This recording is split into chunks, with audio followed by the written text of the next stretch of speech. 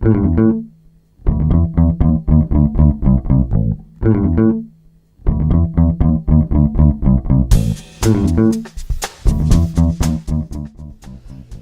it brief today, but I want to thank you for downloading. Thank you for watching. Welcome back to Rob's Feed today. This is episode number 73, and I'm Rob Shendo. First and foremost, very important in my mind, I want to welcome some folks. And I'm going to pat myself on my little mohawk hair, my head, and say, I have finally succeeded in doing something I've been trying to do since the day this podcast started. The people who use Microsoft Zune, the Zune player, it's a great little MP3 player. It's got a podcast section in their Zune store. I've submitted this podcast over and over again, and it just did not work. Never to be found in the Zune store. Well, I am using some of my resources, so this is where I'm smart me. I got a name of a contact person at Microsoft who oversees the podcasts at the Zune store. And now we're in it. We're filed under podcast health/sexuality, which I don't know if that's good or not, but there's a gay podcast there, and it's this one. If you're subscribing through Zune, welcome. The next thing I want to mention is that Research in Motion's BlackBerry, people who have the BlackBerry phone system with the data plans and all that, they're opening a podcast store too, and I think we're submitted. I know we're submitted.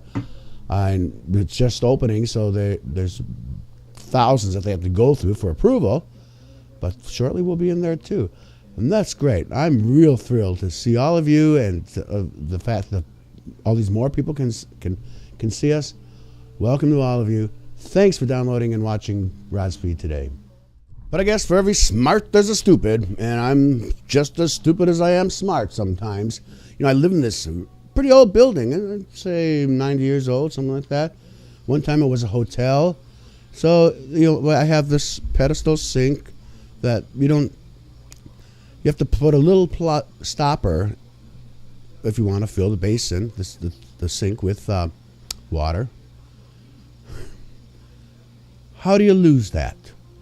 Well, I can lose it because I did. I don't know what I did with it, but I can't fill the basin. I just wanted to shave. And if I want to be green about it, not waste water, what you do is you put some water in the sink, and then you shave, and you clean out your razor. Well, not unless I had to put a bowl in there because I couldn't to hold water because I didn't have my little stopper. I'm not that concerned about it because I think I can get one like for 49 cents, but holy cow, why would that be missing? What did I do with it? Did I somehow throw it out? I don't know. The other stupid thing I did is that phone number that I've always given at the end of the podcast here for the voicemail to get a hold of me. Well, that's a particular service that has to be used once a month if it's to remain active. And guess what? I was a day or two late. Usually I'll just dial it myself if I don't get any messages. And I didn't do that. Consequently, the old number isn't going to get you to me. But never fear, thanks to Google, our friends at Google, sometimes they're not evil, sometimes they are. Google Voice, the new phone number for you if you want to contact Rob's Feed today. 773, which happens to be the area code here in Chicago, 559-2ROB, 2ROB. It's 773-599-2ROB or 2762. 599-2762. Please use it. I have it here, and nobody's called or left a message or anything. Of course, this particular number I've only had for a day, but it's there for you to use if you want to talk, comment, speak to me at all. I hope you do. I once saw a t-shirt I really want to get. It says simply, I'm huge, and then a little smaller it says, on Twitter. Well, I am huge on Twitter. I get a lot of value out of Twitter. I have my Twitter feed set up primarily for news, and a lot of the ideas that I get to speak to you about, the source of which is Twitter. Somebody somewhere But could he actually be a legitimate news source, or it could just be somebody in Nebraska tweeted something that's got me to research it and look up, and here I am talking to you about it.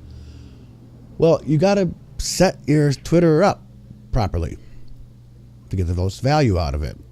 So I have all these services that come to me, like the Associated Press, like MSNBC, like theadvocate.com, and I also have some pretty damn interesting people.